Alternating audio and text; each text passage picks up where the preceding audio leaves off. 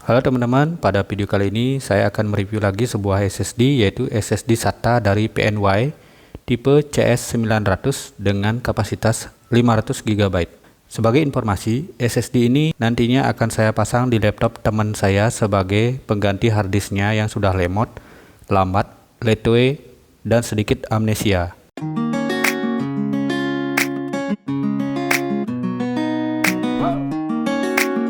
Oke, nggak usah berlama-lama, langsung saja kita bahas spesifikasi teknis dari PNY CS900 500GB ini.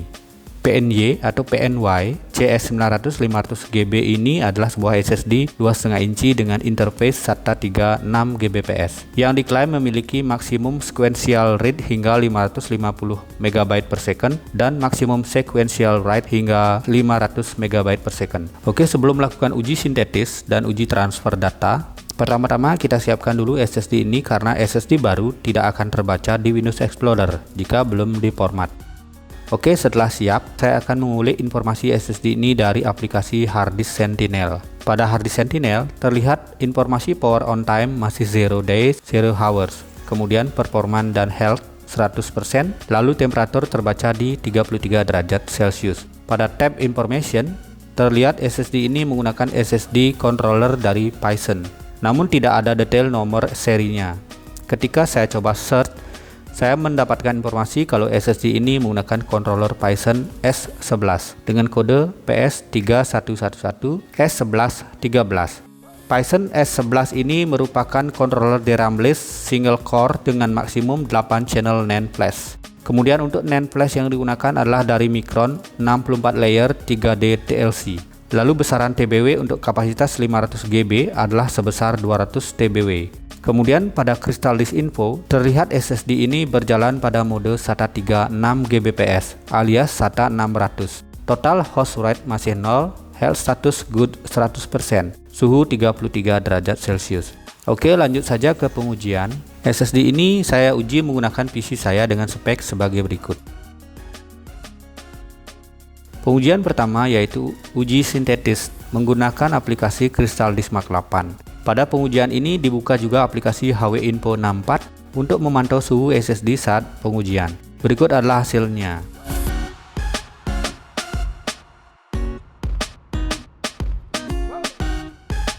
Pada tes Crystal Disk Mark 8 didapatkan hasil yaitu 558,60 MB per second sequential read dan 502,76 MB per second sequential write. Hasil ini menunjukkan kecepatan yang sesuai dengan klaim iklannya. Untuk temperatur saat pengujian, sepertinya SSD ini tidak memiliki sensor suhu yang aktif karena temperatur saat pengujian tidak berubah, flat di angka 33 derajat. Uji sintetis yang kedua adalah menggunakan aplikasi AS SSD dan berikut adalah hasilnya.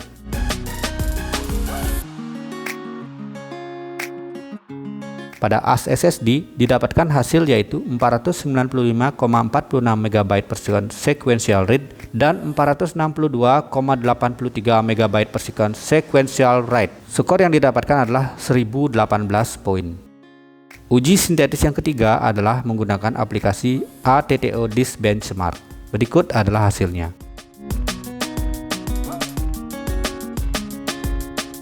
Pada ATTO Disk Benchmark, kecepatan sequential read tertinggi di angka 535,81 MB per second dan sequential write tertinggi di angka 513,14 MB per second. Jika kita lihat grafik hasil tes, hasil ini menunjukkan bahwa SSD ini memiliki kecepatan baca dan tulis yang berimbang serta konsisten, hampir 1:1. Oke, setelah uji sintetis, tes selanjutnya adalah uji transfer data antar disk. Pada pengujian ini akan melibatkan SSD NVMe WD-SN530 512GB PCIe 30X4. Yang pertama adalah mengcopy sebuah file dengan size 8,21 GB dari WD-SN530 ke PNY CS900. Berikut adalah hasilnya. Transfer speed di awal kisaran 1 GB per second, kemudian di detik keempat turun ke sekitar 400-an MB per second, kemudian terus bergerak di kisaran 300 sampai 500-an MB per second. Lalu detik ke-11 stabil sampai akhir di kisaran 400-an MB per second. Operasi ini diselesaikan dalam waktu 17 detik. Lalu sebaliknya dari PNY CS900 ke WD-SN530. Transfer speed dari awal sampai akhir stabil di kisaran 400-an MB per second. Operasi ini selesai dalam waktu 21 detik. Kemudian selanjutnya adalah mengcopy sebuah folder berukuran 10,5 GB yang berisi 21.000 lebih file dan 4.000 lebih folder. Berikut adalah dari WD-SN530 ke PNY CS900. Transfer awal ada di 1,4 GB per second, kemudian dari detik ke-4 sampai detik ke-11 stabil di kisaran 400-an MB per second. Kemudian setelah itu turun lagi di bawah 200 MB per second, lalu di akhir kembali ke kisaran 400 MB per second. Operasi ini selesai dalam waktu 50 detik. Lalu sebaliknya dari PNY CS900 ke WD-SN530. Dari detik pertama hingga detik ke-15, transfer speed ada di kisaran 370 sampai 400-an MB per second. Kemudian setelah itu turun ke kisaran 100-an MB per second. Kemudian di detik ke-33 turun lagi ke bawah 20-an MB per second. Lalu setelah itu naik turun namun masih di bawah 400-an MB per second sampai selesai. Operasi ini memakan waktu 1 menit 1 detik. Oke teman-teman, karena keterbatasan waktu, saya tidak bisa menguji SSD ini pada kondisi hampir penuh seperti pengujian SSD yang biasa saya lakukan, karena SSD ini akan segera dipasang di laptop pemiliknya. Oke, setelah serangkaian pengujian tadi, berikut beberapa poin yang dapat saya sampaikan sebagai kesimpulan.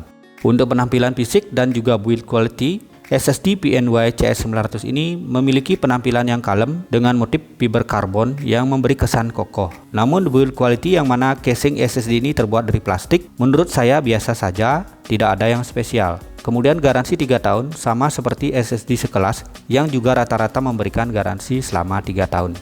Kemudian untuk performa, SSD ini mampu memberikan performa yang sesuai dengan klaimnya.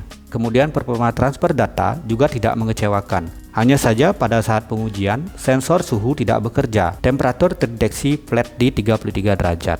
Kemungkinan besar SSD ini tidak memiliki sensor suhu untuk menekan harga jualnya. Di kelas harganya, SSD ini akan bersaing dengan SSD lain, namun SSD dengan size 512 GB. Untuk size 500 GB, ketika saya pantau di pasar online, SSD ini nyaris tidak ada saingannya. Kalaupun ada, harganya jauh lebih mahal. Di kelas harganya yaitu kisaran 400 sampai 500-an ribu, SSD ini akan bersaing dengan SSD seperti Vigen Platinum 512 GB, Patriot P200 512 GB, Tim GX2 512 GB, atau Crucial BX500 500 GB.